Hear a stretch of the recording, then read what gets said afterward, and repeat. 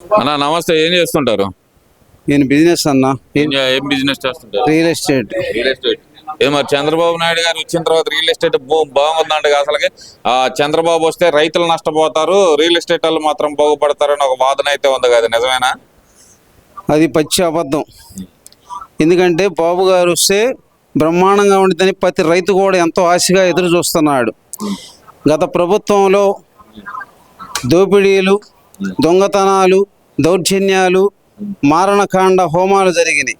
అందుకే ఆ ప్రభుత్వం మీద ప్రజలు విశ్వాసం కోల్పోయి మన కూటమి ప్రభుత్వాన్ని అధికారంలో తీసుకొచ్చారు.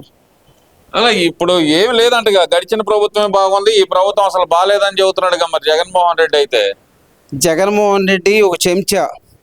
జగన్మోహన్ రెడ్డికి ఏమీ తెలియదు. ఆయన సీఎం కావటం మనం చేసుకున్న, ఆంధ్ర ప్రజలు చేసుకున్న దౌర్భాగ్యం అది. ఆయనకి ఏమీ తెలియదు, అసలు ఏం మాట్లాడతా కూడా సబ్జెక్ట్ మీద ఏమీ తెలియని మనిషి అన్నమాట.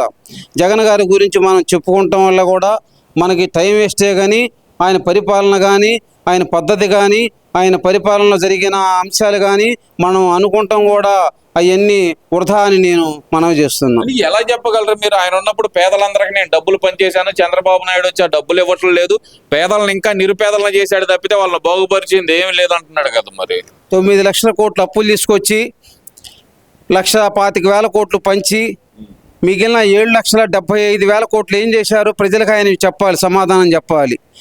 ప్రజలకు అప్పులు తీసుకొచ్చి రాష్ట్రానికి, ప్రజలకి పంచి దేశాన్ని, రాష్ట్రాన్ని అభివృద్ధి లేకుండా చేసి ఊరికి సంక్షేమ కార్యక్రమాలు ఇస్తున్నామని తప్పితే ఏమీ అభివృద్ధి చేయకుండా, ఉద్యోగాలు లేకుండా ప్రజలంతా నానా ఇబ్బంది పెట్టి ఈ మంత్రుల అవినీతితో రాష్ట్రం భ్రష్టు పట్టిపోయింది 5 సంవత్సరాలని నేను మీకు తెలియజేసుకుంటున్నాను. చెప్పగలరు? ఇప్పుడు గతంలో చూస్తే కనుక ఆయన డబ్బులన్నీ పేదలకే పనిచేశాను, అప్పుడు సంతోషంగా ఉన్నారు. ఇప్పుడు చంద్రబాబు వచ్చి ఆ బటన్ కూడా నొక్కటం చేత కట్టలేదు చంద్రబాబు నాయుడికి, దిగిపోవాల్సిందే ఈయన అంటూ 2 సంవత్సరాలు దిగిపోతాడంటూ చెబుతున్నాడుగా మరి జగన్మోహన్ రెడ్డి. అయితే కనుక చంద్రబాబు గారి దగ్గర విజనరీ ఉంది, ఒక విజనరీ ఉన్న నాయకుడు ఆయన. 30 సంవత్సరాల నుంచి బాబు గారు నాకు పరిచయం, కానీ నేను ఏనాడు కూడా ఆయన విమర్శించలేదు. ఆయన పరిపాలన కోసం ప్రజలు ఎదురు చూస్తున్నారు. సంక్షేమ కార్యక్రమాలు అమలు చేయనంత మాత్రాన అభివృద్ధి చేస్తున్నాడు కాబట్టి బాబు గారి కూటమిని ప్రజలు గౌరవించారు, ఆదరించారు, ప్రజల్లో విశ్వాసంతో ముందుకు సాగుతున్నారు. కూటమి ప్రభుత్వం బాగా జరుగుతుంది. ఈ 9 నెలల కాలం నుంచి కూడా కూటమి ప్రభుత్వం డబుల్ ఇంజిన్ సర్కార్ లాగా దూసుకుపోతుందని నేను ముప్పాళ్ళ సత్యంగా నేను మాట్లాడుతున్నాను. ఎలా చెప్పగలరు దూసుకుపోతుందని? ఒకవైపును చూస్తే సవప్రశిక్ష అంటూ హామీలు ఇచ్చి ఒక్క హామీ కూడా నెరవేర్చట్లేదు ఈ చంద్రబాబు నాయుడు. అదే నేను ఉన్నట్టు ఇది ఇప్పటికి బటన్ నొక్కేవాడిని, పేదలందరి అకౌంట్లో డబ్బులు పడేవి, వాళ్ళందరూ బట్టలు కొనుక్కునేవాళ్ళు, పండగలు బ్రహ్మాండంగా జరుపుకునేవాళ్ళు. ఇప్పుడు పండగలు చేసుకునే పరిస్థితి కూడా లేదు ఈ ప్రభుత్వంలో అంటున్నారు కదా. బటన్ నొక్కడమే జగన్మోహన్ రెడ్డి తెలిసింది. బటన్ నొక్కడం మాత్రాన అప్పులు తీసుకొచ్చి బటన్ నొక్కితే ఈ రాష్ట్రానికి, ప్రజలకి చేసింది ఆయన ఏమీ లేదు. సంక్షేమ పథకాలు ఎంతవరకు ఉపయోగపడతాయి ప్రజలు ఆలోచించుకోవాలి. ఇవాళ ఏదో డబ్బులు ఇస్తున్నారు కదా, తీసుకుంటున్నాము, సరదాలుగా తాగుతున్నారు, రోడ్ల మీద దొల్లాడుతున్నారు. ఇది మంచి పద్ధతి కాదు.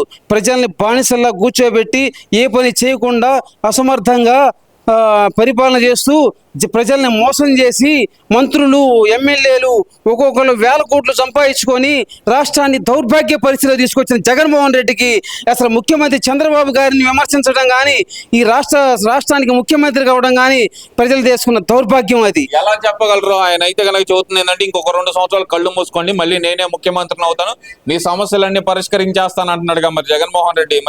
మరి 2 సంవత్సరాలు కళ్ళు అంట మూసుకుంటారా మీరు అందరూ? మళ్ళీ ఆయన అంటే గద్దెనంట కూర్చోబెడతారా? జగన్మోహన్ రెడ్డిని రాష్ట్ర ప్రజలు ఎప్పుడో మర్చిపోయారు. ఇక జగన్మోహన్ రెడ్డి ముఖ్యమంత్రి కావడం అనేది ఈ జన్మలో మళ్ళీ కనపడదు. నేను సవాల్ విసురుతున్నాను. జగన్మోహన్ రెడ్డికి పరిపాలన చేతగాని మనిషి ఆయన. సంక్షేమ కార్యక్రమాలు ఇచ్చినంత మాత్రాన ప్రజల్లో విశ్వాసం కోల్పోయాడు.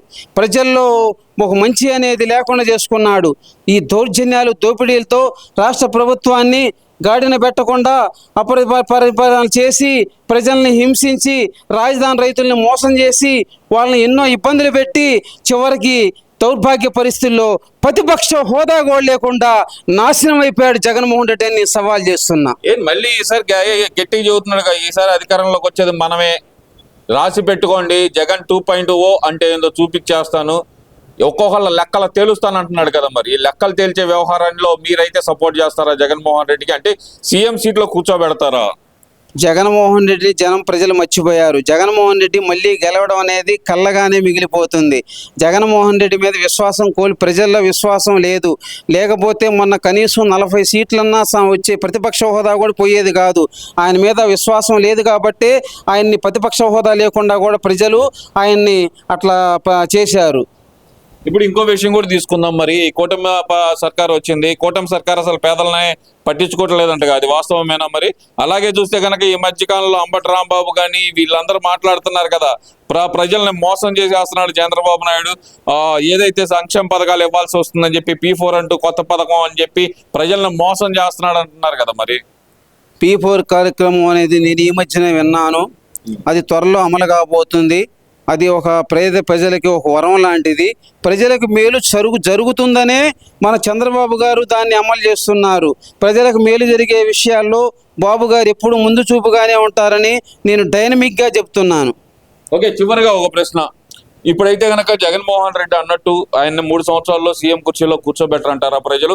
ఎందుకంటే కనుక ఈ కూటమి ప్రభుత్వం వచ్చిన తర్వాత ఎవరిని పట్టించుకోవటం లేదు, వాళ్ళే దోచుకుంటున్నారు, దాచుకుంటున్నారు, పంచుకుంటున్నారు, తినుకుంటున్నారు తప్పితే పేదలకు రూపాయి పెట్టడం లేదంటారు. కానీ నిజంగానే కూటమి సర్కార్ అనేది దోచుకో, దాచుకో, పంచుకో, తినుకో అనే నినాదంతో నడుస్తుందంటారా?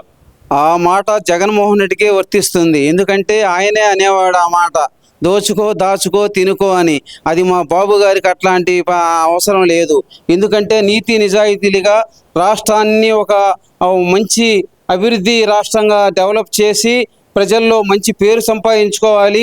చిరస్థాయిగా బాబు గారి పేరు చిరస్థాయిగా ఉండాలి. అన్ని పరిపాలన అంతా కూడా ప్రజల కోసం మనకు కష్టపడి బాగా రాష్ట్రాన్ని ఒక అభివృద్ధి పదంగా చేసి, ఒక కాంతివంతంగా చేసి, ఒక విజనరీ లీడర్గా ఆయన చరిత్రలో నిలిచిపోతాడని నేను మనవి చేస్తున్నాను. ఎలా చెప్పగలరు మీరు? నాకు తెలుసు, బాబు గారి గురించి నాకు తెలుసు. ఎందుకంటే ఆయన మీద ప్రతిపక్షాల విమర్శలు, దాడులు ఎక్కువైనాయి. ఈ వైసీపీ నాయకుడికి పంది కుక్కుల్లాగా తిని బాగా చేసి మంత్రులు ప్రతి సర్పంచ్ కూడా ఈ రోజున 30-40 లక్షల రూపాయల కారులో తిరుగుతున్నాడు. ఎంపీటీసీ 50 లక్షల కారులో తిరుగుతున్నాడు. జెడ్పీటీసీ ₹1 కోటి కారులో తిరుగుతున్నాడు. వైసీపీలో మరి అంత దౌర్భాగ్యంగా అంత దోపిడీ చేసి అట్లా సంపాదించి అట్లా ప్రజలను మోసం చేసి అట్లా ఖర్చు పెట్టుకొని జల్సాలు చేసుకుంటున్నారు. ప్రజల మీద ఏనాడు కూడా జగన్మోహన్ రెడ్డికి విశ్వాసం లేదు, అభివృద్ధి చేయాలనే మాటే లేదు. జగన్మోహన్ రెడ్డికి ఏమీ తెలియని అమాయకుడు జగన్మోహన్ రెడ్డి. అసలు రాజ్యాంగానికి విరుద్ధంగా పరిపాలన చేసి రాష్ట్ర ప్రజల చేతిలో ఓ పిచ్చివాడిలాగా అయిపోయాడని మనం చేస్తున్నాను. జై హింద్, జై తెలుగుదేశం.